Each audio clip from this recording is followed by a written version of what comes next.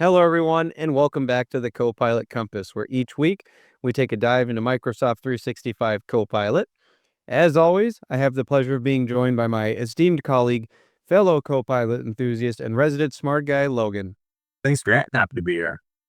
Awesome. Logan, why don't you tell the folks at home a little bit more about what they can expect in this week's episode? Yeah, so as always, we'll get started with our question of the week. And then we'll move into our topic, which is Copilot Chat in M365. So it should be interesting. I'm excited to get into it. And make sure you stay tuned to the end for a sneak preview of what we have coming out next. And don't forget to like, subscribe, and comment. Awesome. Well, Logan, you ready to jump right into our question of the week? Yeah, let's do it. And remember that you can submit those questions either by emailing the email address in the description or by just leaving a comment on this video. So this week our question is, how can businesses ensure responsible use of AI tools like Copilot? Yeah, responsible AI use. This is a great question. I don't think either of us are the best equipped to answer this one.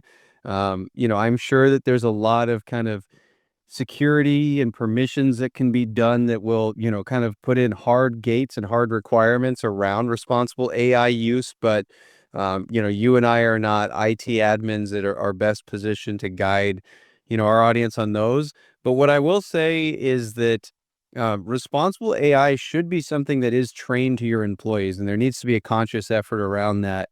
I think a lot of organizations today, even those that are starting to embed AI solutions in some of their processes and workflows, they're kind of missing step one, which is, arming your people for success by providing them with some training around what is AI, how it works. And so what you have right now is a wide range, a big technical gap in your employee base. You probably have people that have been reading about AI, keeping up with the news on it, using it in both their professional and personal lives, and are fairly well versed. And then you have others that have lagged behind for any of a number of reasons, but they're just not using these tools. They're not keeping up on it. Maybe they're not interested in it, whatever the case may be. And what I think organizations are wise to do is to sort of take a step back and provide some very basic, high level generative AI training for employees that covers what is an LLM, how do LLMs work, what is a responsible way to use AI versus what is irresponsible AI use, and kind of level setting and making sure that everybody has that foundational level of understanding, not only from a skilling perspective, but again, from a responsible AI use. And then, tailor, that's responsible AI use is not a one size fits all. It depends on, your organization, your own rules and policies, workplace culture, all of those things. So, be purposeful in your responsible AI message to your employees and then clearly articulate that message to them, I guess would be my answer. Um, Logan, I don't know. What do you have to add here? Yeah, definitely in a similar boat. I don't have all the ins and outs of the technical side. Right. But yeah, I agree with you. Like the training is going to be the most important thing for ensuring responsible AI if the AI use. And like even in a perfect world where all of your employees are using AI perfectly responsibly, you're still going to want to run these trainings so they can use it effectively and learn these tools. So it's really just a kind of a no brainer to include in any training that you'd already be holding. Yeah. And I think we say training, but what we really mean is like enablement. It depends on the organization. I think training's kind of the default, but if you've got an organization that's built a really good culture around reviewing and responding to email, like maybe this is a series of messages that come out, on like a weekly basis about responsible AI use, or, material like instructional material that can be placed around a physical office. So, it doesn't matter how it gets delivered, but at the end of the day, your organization's responsible AI policy should be made clear to your employees. And again, the default there is training, but it doesn't always have to be formal training in the way that we think of it. So, all right. Another good question this week. I think we've got a decent amount to cover here with Copilot Chat, so let's jump into it. Yeah.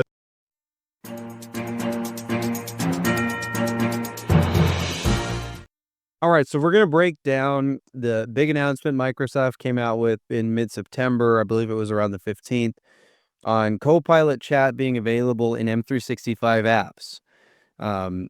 This was another big win for the consumers. The other thing I think, Microsoft has had a lot of announcements and feature updates around Copilot in the last, especially in just even the last 2 months. I know you and I were very excited about the designer enhancements in PowerPoint, but this one, a huge win, impacts a wider audience because there certainly are more people who have access to Copilot Chat out there than those that have a fully licensed M365 Copilot um, license. So, um, good win for us as consumers.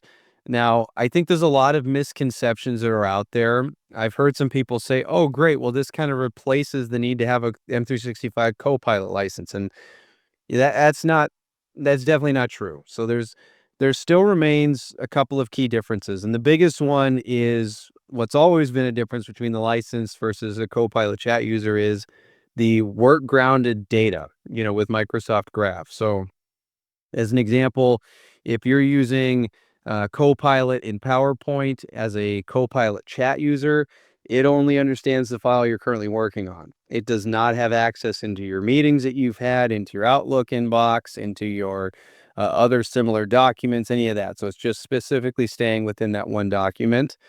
So again, understanding work context still requires that full-blown license of Copilot.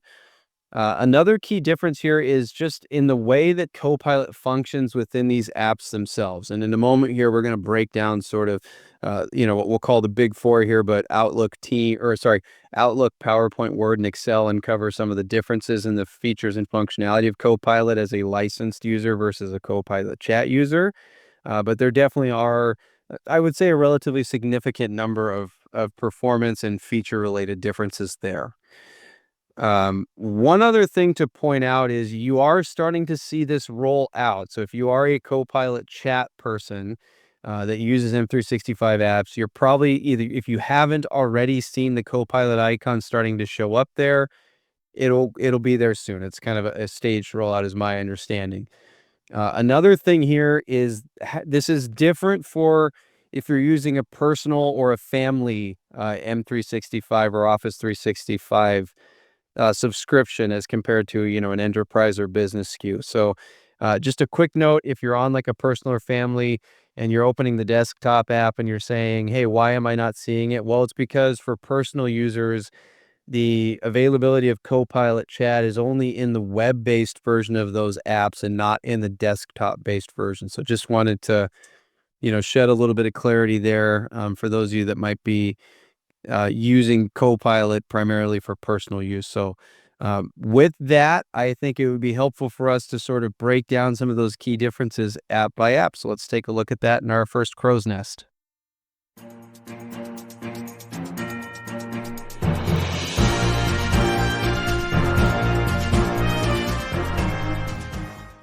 All right, so the first app we'll take a look at is PowerPoint. And before we start breaking these things down, I want to cover two things. So first, as a licensed M365 Copilot user, you may have already started to see some differences in Copilot in these apps. And I know Logan and I have seen it, but if you pull up, let's say, Copilot in PowerPoint, that side pane, chat type of function, you're now going to see a work and web toggle, just like you always have with the web-based chat interface. So now you can select between, work grounded, graph infused data with that work tab or just that web-based info by toggling back and forth. Believe by default, it's going to pick work, so it'll just function the same way as it always has. But just want to point that out. The other thing I think we're going to go back and forth between the Copilot chat and the M365 Copilot license scenarios. So from here on out, when I say unlicensed, what I'm referring to are the users that have Copilot chat but don't have that full M365 Copilot license. And then conversely, when we talk about licensed, we're going to be referring to those with that M365 Copilot license. So let's take a quick look here, break down sort of line by line, creating a presentation from a prompt. So that's going to be available to you in Copilot Chat now, or those unlicensed scenarios. It's just going to be a bit more limited. So it doesn't have quite the deep analysis or deep breakdown into themes and kind of key takeaways from a prompt or from other documents that you would get in a licensed scenario. but it can still access, I believe it's up to 5 documents at once, just like in the license scenarios. Now, a big difference here is gonna be in the formatting and design controls. So, with Copilot Chat or unlicensed scenarios, it doesn't have anything advanced from a design template. It's gonna pick very basic cookie cutter, designs, and then you won't have the ability to enhance, use the designer with Copilot that we showed in last week's episode. So again, as a licensed user, much more advanced from a design perspective. You can incorporate your own company's theme, stuff like that. So definitely a big difference there. Cross-document reasoning, going to be a hard no as an unlicensed scenario. So it only is going to refer to whatever you have open. It's not going to pull info from other work documents that you have. Whereas, yeah, you do get that as a licensed user. Rewriting and reorganizing slides. I mean, I don't know if I've ever given Copilot one prompt on a presentation and it nailed it the first time. I'm almost always having it replace content in at least a few slides or maybe reformat, something like that. So it's really a one-shot type of scenario with an unlicensed or a non-licensed user. Um, Very basic editing is only available there, whereas in a licensed user, you really got the full gauntlet. You can rewrite the whole thing, rewrite just individual slides, whatever you want to do there. And then visuals and media, it's not going to be able to generate or insert images automatically as a chat user, whereas those licensed users, you can add in visuals, icons, all of those design functions that we showed in last week's episode. All right, next we'll take a look at Word. You're going to start to see some similarities here, but drafting from a prompt, yep, you can do that as a non-licensed user, and you're going to be able to do it a little bit better as a licensed user. So deeper integration into your work data, and then more personalized drafts are going to be available to you as a licensed user. From a formatting and style perspective, again, same as with PowerPoint, very basic as a chat user, a bit more advanced, and use of organizational templates and reusing formatting is going to be available to you as a licensed user.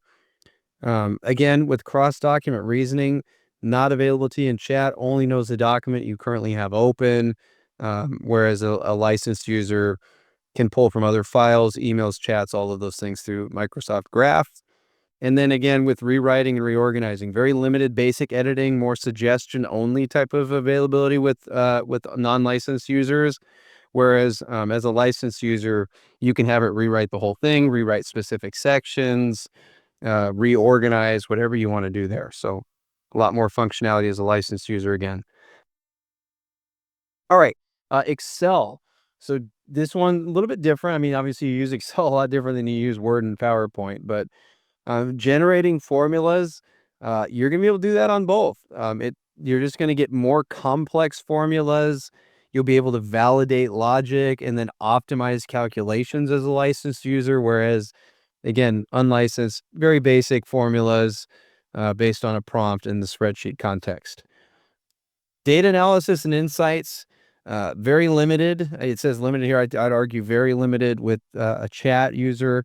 I can summarize visible data and explain trends that are in the open sheet, but deeper analysis, larger data sets, patterns, and predictive insights as a licensed user. Cross workbook reasoning. So, different Excel files not available to you as an unlicensed user, whereas yes, it can absolutely do that with an M365 Copilot license.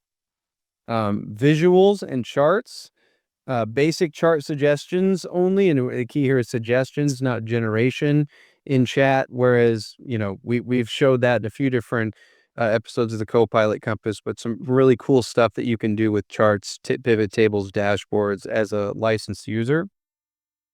And then rewriting and reorganizing data.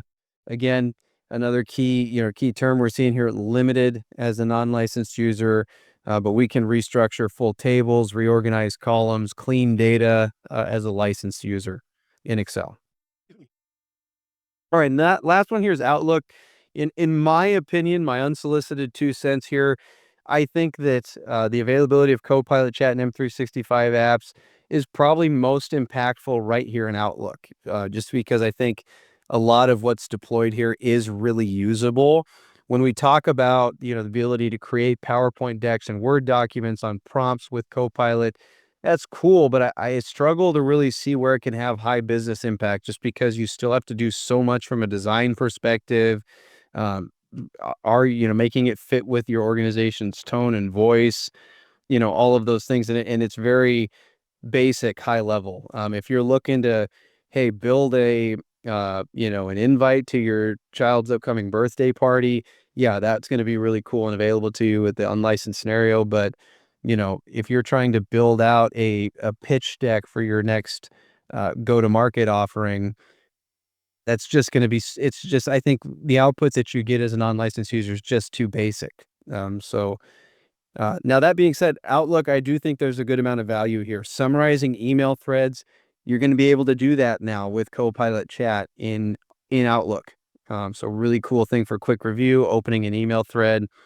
It's also going to be able to help you draft replies. It will have some of those limitations that we talked about already with Word and PowerPoint, but that being said, it email's a lot less formal than a presentation or a Word document. So you can really get away with a little bit of that more basic content there, and then just spend the time to rewrite it and retone it yourself. Um, Now, definitely some limits here. Like if I ask it to summarize all of the emails that I have from Logan, you're not going to be able to do that with Copilot Chat. It knows exactly what it has open, but not the entire inbox all at once. The meeting summarization and action items, it can summarize visible meeting details in the email, but not like the voice in the email, like, what was actually discussed or the transcript. And then this prioritized inbox, honestly, I can't speak to this too well because I use, Copilot and Outlook a little bit differently than this, but that's not available to you as a Copilot Chat user, whereas it is available to you with that full-blown license. So what I would say is if you are a licensed M365 user, M365 Copilot user, that is, this new announcement in September probably doesn't impact you much. But my hope is that those of you that are Copilot Chat users or unlicensed users, there's going to definitely be some cool wins for you here, and you didn't pay a dime for them. So definitely encourage you to get out there, try some of these things, leave us a comment, let me know what you guys have worked on already and have had, some success with, or maybe where you've seen limitations as an unlicensed user using Copilot in the apps. We'd love to hear from you guys how you're using this new feature in your apps.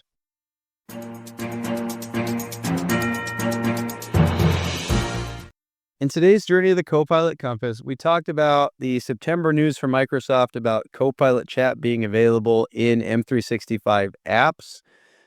So another good win for the consumer here. Some really cool ways to use Copilot in your M365 apps, even if you are not a fully licensed M365 Copilot user. So hopefully you found this a little bit insightful. And if you are not a licensed M365 Copilot user, you're going to get out there, start trying some of these things and letting us know where you're finding some key wins and successes.